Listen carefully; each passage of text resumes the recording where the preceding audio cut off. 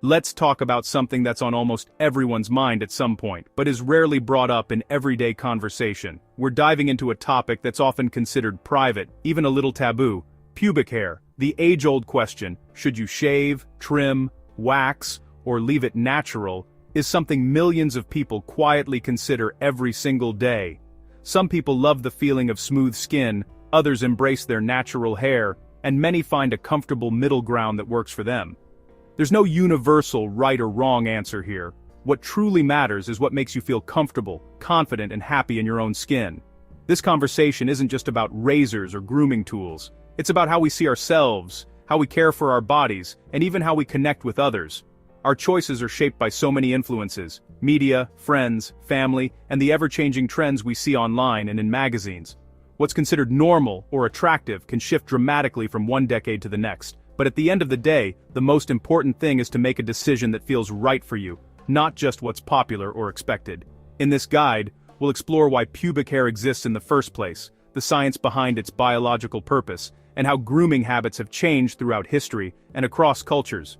We'll also take a closer look at the health side of things: what happens to your skin when you shave or wax, the risks of irritation or infection, and how to care for yourself no matter what you choose.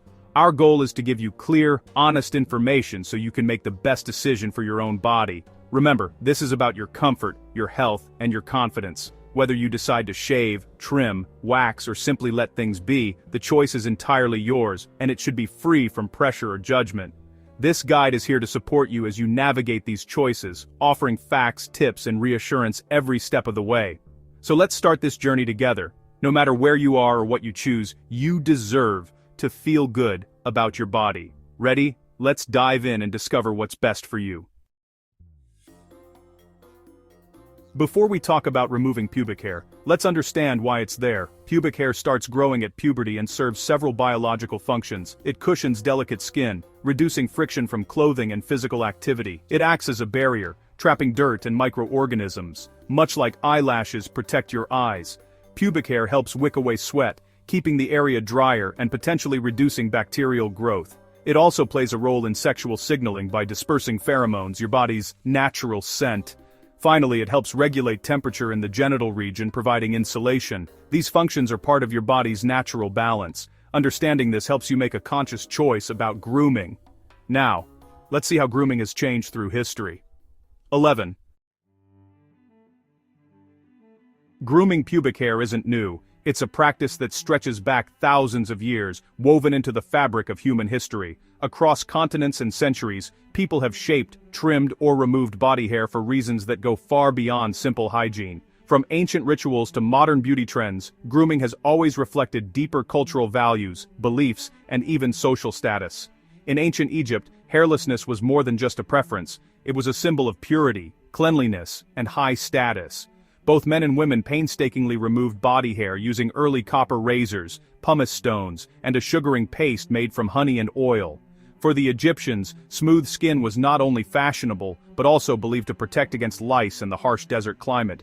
Even priests and royalty were expected to be completely hairless as a sign of their elevated position. In ancient Greece and Rome, attitudes toward body hair varied. Greek women often removed hair to emulate the smooth, idealized forms seen in sculpture, while Roman women used tweezers, stones, and depilatory creams. For men, however, pubic hair was sometimes seen as a mark of maturity and masculinity.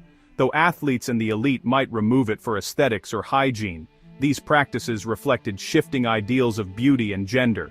In Islamic cultures, grooming and cleanliness are deeply rooted in religious tradition. Pubic hair removal is considered part of personal hygiene, known as fitra, and is recommended in religious texts. This practice, which continues today, is seen as a way to maintain cleanliness and respect for the body, especially before prayer and religious observance. In medieval Europe, attitudes shifted again. Pubic hair was usually left natural, largely because it was rarely seen outside of intimate settings. Modesty and religious beliefs often dictated that the body remain covered, so grooming practices became more private and less discussed. The 20th century brought dramatic changes. As hemlines rose and swimsuits shrank, especially with the invention of the bikini, Western beauty standards began to favor hair removal. Magazines, movies, and advertisements promoted smooth, hairless skin as the new ideal, and salons began offering specialized services. The Brazilian wax, which removes nearly all pubic hair, exploded in popularity in the 1990s and 2000s. This trend was fueled by celebrities, fashion, and the growing influence of global beauty standards, making the hairless look mainstream in many Western countries. Throughout history, beauty standards have always shifted. What's considered normal or attractive changes with time, place, and culture. From full bush to bare skin, each era has its own ideals, shaped by art, religion, fashion, and even politics. Today, people choose to go bare, or not, for all kinds of reasons: comfort, aesthetics, cultural influences, or simply personal preference. Ultimately, grooming is a personal choice, shaped by a rich tapestry of history and individual identity. Many people remove pubic hair for aesthetics. Media and pop culture often present hairlessness as the norm. Some feel smoother skin is more attractive or comfortable, especially during exercise or in certain clothes. Others believe it's more hygienic, though this is more about feeling clean than medical necessity. Partner preferences and social influences also play a role. For some, grooming is simply part of their routine, like brushing teeth.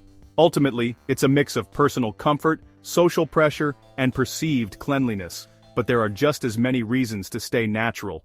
8. Many embrace a natural look as a statement of self-acceptance and body positivity. For some, it's about rejecting unrealistic beauty standards and celebrating their bodies as they are. Comfort is key. Hair removal can cause itching, irritation, and discomfort during regrowth. Keeping hair avoids this cycle and feels better for many. Health is another factor. Pubic hair protects sensitive skin and acts as a barrier against bacteria. Some have experienced negative side effects from shaving and choose to avoid them. Trends are shifting too. Natural looks are gaining appreciation in media and art. For many, it's simply about personal preference and what feels right. Let's weigh the risks and benefits of each choice. 10. Every choice has pros and cons. Let's break them down. Risks of hair removal include skin irritation, razor burn, cuts, and infections. Ingrown hairs are common, especially for those with curly hair, and can be painful or infected. Waxing and depilatory creams carry similar risks. Benefits? Many feel more confident, clean, or sexually comfortable when hairless. Some report enhanced sensation, but this is subjective.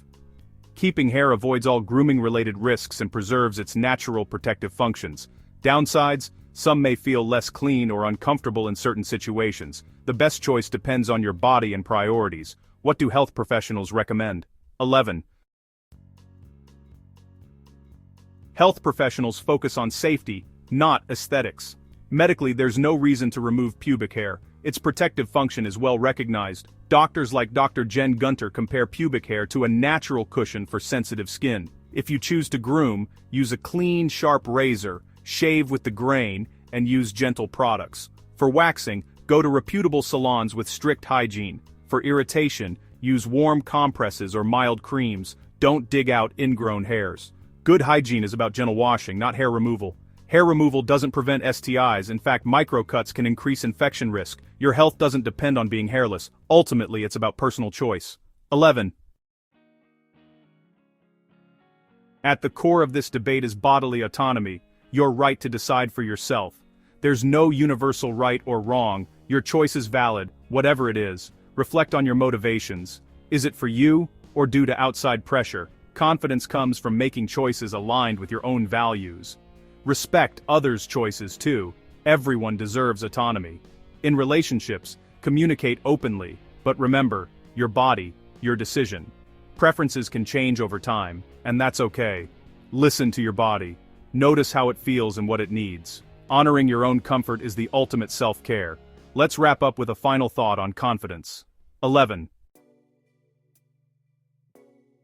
We've explored the history, biology, and culture of pubic hair, uncovering how attitudes have shifted over time and how personal choices are shaped by so many factors. The decision about what to do with your body hair is deeply personal. There's no single answer for everyone, and that's what makes it so unique. The best choice is always the one that makes you feel comfortable and confident in your own skin, regardless of what anyone else thinks or expects. Think of your body as your home. You get to decorate it your way, express yourself, and create a space that feels right for you. Media and advertising may push narrow beauty ideals, often showing only one version of what's in or attractive, but you define beauty for yourself, on your own terms. If you're curious, experiment. Try different styles, routines, or looks, and see what feels best for you. It's okay to change your mind as you grow and learn more about yourself. There's no rush and no right or wrong answer. You can take your time, explore, and make choices at your own pace. Approach your decision with kindness and curiosity. Treat yourself with the same compassion you'd offer a friend, and remember that self-acceptance is a journey. The Great Pubic Debate is really an invitation to know and honor your body, to listen to your own needs, and to celebrate your individuality. Whatever you choose, do it with confidence. Remember, you're in charge. Your body, your rules, and your happiness matter most. And that's a beautiful thing. Embracing your choices and loving yourself is something to be proud of. Thanks for joining this journey. Here's to confidence in your own skin, and to celebrating the freedom to be exactly who you are.